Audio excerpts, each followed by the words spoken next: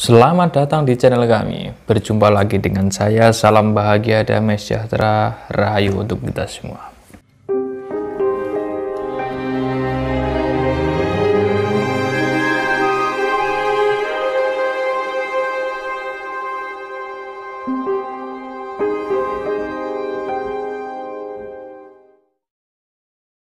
Dalam video kali ini saya akan membahas tentang etika dalam merawat atau memperlakukan sebuah keris. Etika merawat keris atau memperlakukan sebuah keris yang kategorinya atau golongannya adalah Tosan Aji, sebuah mahakarya seni logam yang dimuliakan atau dihargai. Tentunya tidak sama dengan memperlakukan sebuah benda-benda yang lain atau senjata-senjata yang tidak mulia yang lain. Salah satunya adalah dalam perawatan dan penempatan. Perawatan dan penempatan sendiri sebuah Tosan Aji selayaknya ditempatkan di tempat-tempat yang mulia, yang terhormat, tidak asal di tempat yang sifatnya merendahkan, karena pada hakikatnya Tosan Aji bukanlah Tosan Asor, sesuatu logam besi, mahakarya seni yang terbuat dari logam besi yang dimuliakan, bukan direndahkan. Jadi penempatan selayaknya di tempat-tempat yang mulia atau terhormat, jangan sampai di tempat-tempat yang tidak terhormat. Nah, etika dalam hal ini, etika dalam memperlakukan keris, saya membaginya menjadi dua keadaan. Yang pertama saat kita sendiri, dan yang kedua saat kita bersama orang lain. Saat kita sendiri maupun dengan orang lain, itu ada kesamaan namun juga ada perbedaan. Yang kesamanya adalah tentang cara memegangnya, harus hati-hati. Tidak ada aturan baku bagaimana cara memegang keris. Yang penting ini hati-hati, tidak asal dijinjing seperti benda-benda yang tidak berbahaya dan tidak terhormat ya. Lalu yang paling utama di sinilah cara mengeluarkan bilah keris dari warangkannya. Nah, cara mengeluarkan bilah keris dari warangkannya dalam tradisi budaya keris disebut melolos. Kenapa disebut melolos? Karena nantinya yang berjalan itu bukan bilah kerisnya, namun warangkanya. Kalau bilah kerisnya yang berjalan disebut menghunus. Nah, bagi orang Jawa, perbedaan menghunus dan melolos ini sangat sangat beda.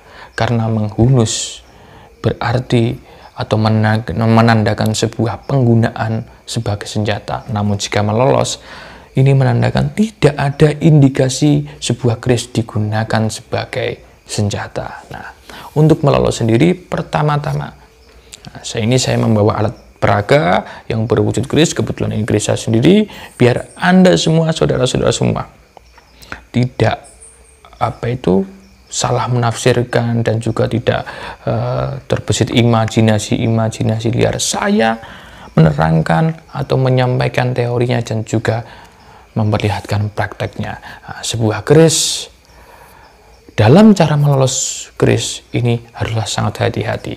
Nah, bagi orang-orang tua zaman dahulu yang mengajari saya, guru-guru saya, bahkan dalam buku-buku yang beredar dalam dunia perkerisan ini sudah banyak sekali disinggung, sudah banyak sekali ditulis, namun seringkali diabaikan oleh orang-orang perkerisan sekarang. Alasannya apa? Alasannya ini sepele, alasannya ini ribet dan sebagainya. Namun jika ini diabaikan, maka nanti akan terbawa dan akan berefek pada kehidupan kita sehari-hari. Karena apa? Pada hakikatnya ajaran dan tuntunan yang akan saya sampaikan ini mengandung sebuah ajaran-ajaran lembut dari leluhur bangsa Nusantara. Tentang apa? Tentang kelemah lembutan dan etika, dan juga adab atau tata krama.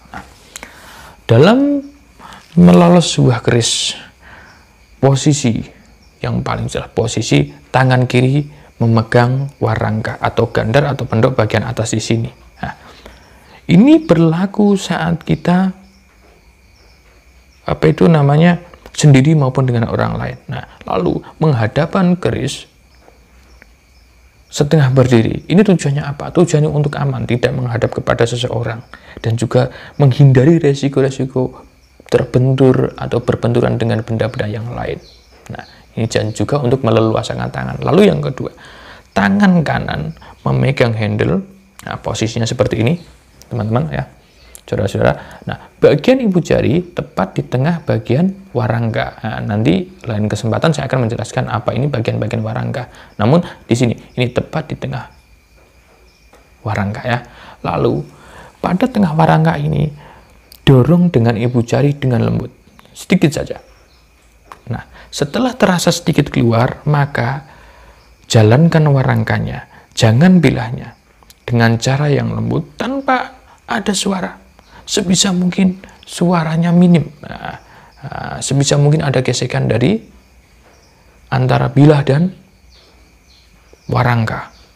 Nah, setelah kita melolos ini dan keluar semua bilahnya dari warangkanya, maka hal yang pertama kita lakukan adalah memberikan penghormatan terhadap seorang empu yang membuat dulu. Nah, seperti ini. Nah, ini saya akan jelaskan kenapa praktiknya seperti itu, karena ini sebetulnya adalah proses pengheningan cipta.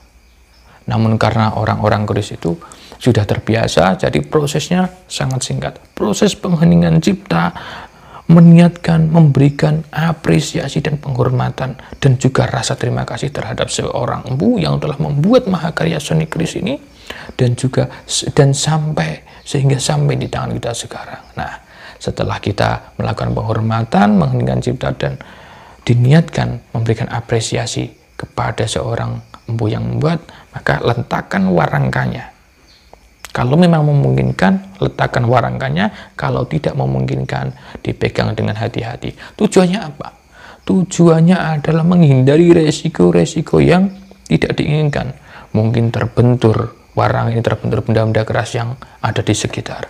Lalu, setelah kita melolos keris dan memberikan penghormatan dan apresiasi kepada seorang empu yang membuat, maka sampailah ke tahap melihat atau menikmati keris. Nah, jika keris kita sendiri, hal yang paling diingat adalah sebisa mungkin kita tidak memegang bilahnya secara langsung atau kontak langsung dengan bilahnya antara tangan dan bilah ini. Nah, kenapa alasannya? Ini menghindari resiko-resiko karat ya, karena tangan kita itu mengandung keringat-keringat yang bisa memicu dan mengundang kotoran dan karat yang nantinya akan merusak bilah besi. Nah, lalu alasan yang lain kenapa kita tadi dianjurkan melolos atau mengeluarkan sebuah bilah keris dari warangkanya dengan cara yang lembut dan sebisa mungkin tidak menimbulkan gesekan atau suara yang keras. Nah, ini sebetulnya adalah selain alasan keamanan, adalah ada alasan anjuran kelemah lembutan, di mana kita memperlakukan sesuatu hal yang mulia itu selalu dengan penuh rasa hormat dan lemah lembut. Nah, inilah yang luhurnya ajaran leluhur Nusantara, bahwasanya kita itu dalam memperlakukan sesuatu hal dengan lemah lembut, tidak dengan cara yang kasar. Nah, untuk masalah keamanan yang saya maksudkan adalah sebuah benda keris, mahakarya seni keris ini sangat rawan untuk rusak jika mungkin dalam mengeluarkan dari warangkanya itu dengan cara yang kasar, apalagi yang berornamen-ornamen atau berisikan banyak seperti ini ya, seperti ini sekar kacang ini sangat rawan sekali untuk patah. Lalu yang di belakang ini greneng ini juga sangat rawan patah. Ini kalau sampai patah, dan ini sangat disayangkan, makanya berhati-hatilah dan penuh dengan kelemah lembutan dalam mengeluarkan sebuah keris. Lalu jika kita dalam melihat sebuah keris ini adalah kepunyaan orang lain atau milik orang lain, maka sebisa mungkin selain kita tidak memegang, kita jangan sampai menyentil ya, kalau bahasa Jawanya itu ninding ya itu. Ini sangat tidak diperbolehkan sebetulnya. Namun di luar sana saya masih banyak sekali melihat teman-teman, saudara-saudara perkerisan yang masih sering menyentil keris, dan itu milik punya orang lain. Alasannya banyak. Alasannya ingin mengetahui ini besinya matang atau tidak. Tidak usah. Ini tidak perlu. Ini sesuatu hal yang sangat tidak sopan. Bahkan di zaman dahulu, jika ada seseorang yang sampai atau berani menyentil keris miliknya, maka bisa dimungkinkan akan terjadi perkelahian. Karena apa? Yang punya akan merasa sakit hati, merasa terhina, merasa terendahkan.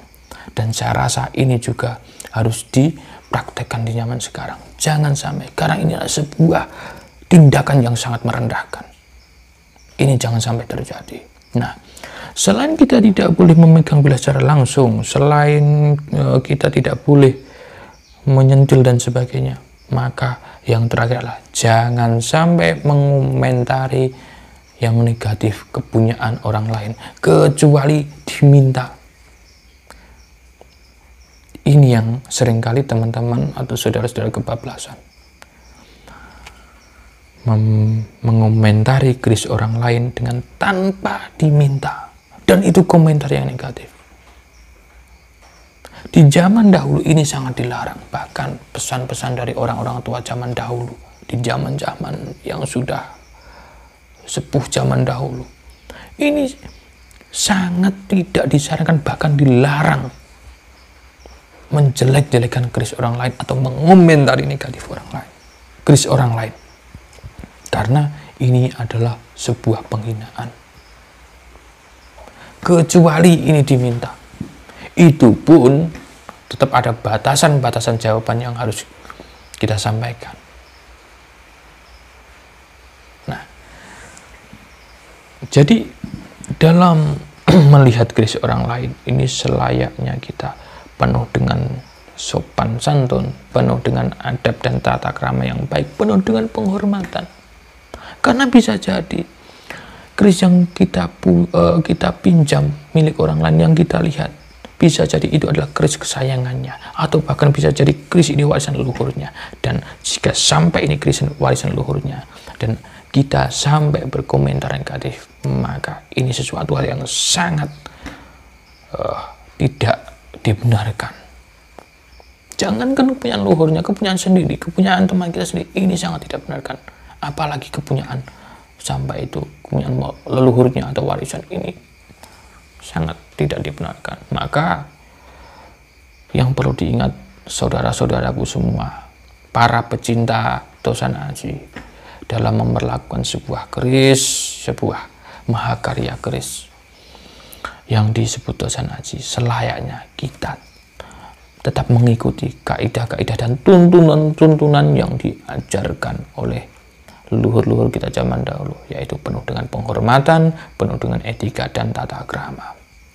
Nah, lalu yang selanjutnya, setelah kita melihat atau menikmati baik itu keris kita sendiri maupun keris orang lain, yang selanjutnya adalah memasukkan sebilah keris pada warangganya. Nah, sebelum kita memasukkan warangga, maka terlebih dahulu warangga yang kita letakkan tadi di tempat yang aman kita ambil dengan cara seperti ini. Nah, dengan cara lembut juga, lalu kita balik. Setelah itu kembali lakukan pengheningkan cipta atau pemberian apresiasi atau penghormatan terhadap empu yang membuat zaman dahulu. Seperti proses awal yang saya sampaikan tadi. Nah, seperti ini sebetulnya proses penghormatan, pengheningan cipta. Namun karena yang sudah terbiasa, maka dia hanya dengan niat dalam hati dan pikiran, maka itu akan terjadi dengan singkat.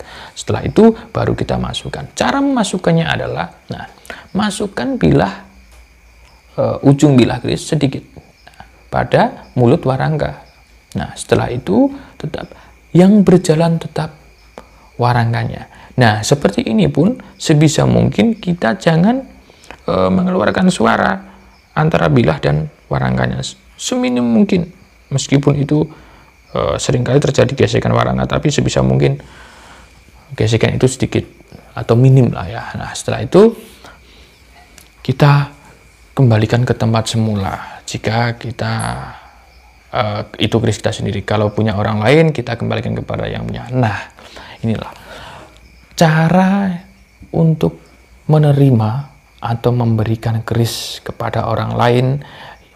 Ini sudah banyak diketahui oleh teman-teman perkerisan dan sudah tidak asing di dalam budaya perkerisan. Namun ini hal yang paling amat diabaikan.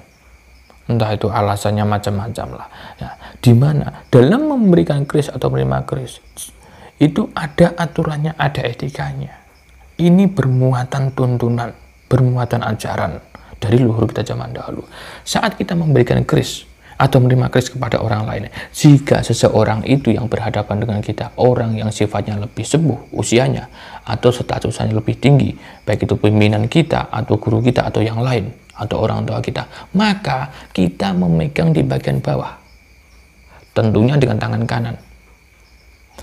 Baik itu kita menerima maupun memberikan, kita di bagian bawah, lalu yang lebih tinggi derajatnya atau statusnya atau usianya memegang di bagian atas. Ini berlaku untuk saat kita menerima maupun memberi. Nah, kalau sebaliknya, maka cara memegangnya juga sebaliknya. Kita yang lebih tinggi atau kita yang lebih sepuh, yang lebih tua, maka kita yang memegang di atas. Yang memberikan atau yang menerima jika lebih rendah atau lebih muda, yang memegang di bawah. Nah, itu hal yang sangat sering disepelekan oleh saudara-saudara berkrisan. Nah, jadi harapan saya ini hal-hal yang dasar ini, etika terutama ya, adab dan tata kramat dalam memperlakukan sebuah kris itu seyogyanya itu tetap dijalankan, meskipun itu terhadap teman kita sendiri yang sudah terbiasa atau sudah dekat, terhadap saudara. Ini tetap diajarkan. Karena apa? Ini muatannya tuntunan, ajaran, agar apa? Harapan orang-orang sepuh zaman dahulu, leluhur kita, dengan kita bertindak hal-hal yang sifatnya meskipun kecil namun beretika, harapannya dalam keseharian kita akan terkena dampak positif yang berujung tindakan-tindakan kita itu selalu dilandasi dengan etika dan kelemah lembutan. Demikian yang bisa saya sampaikan.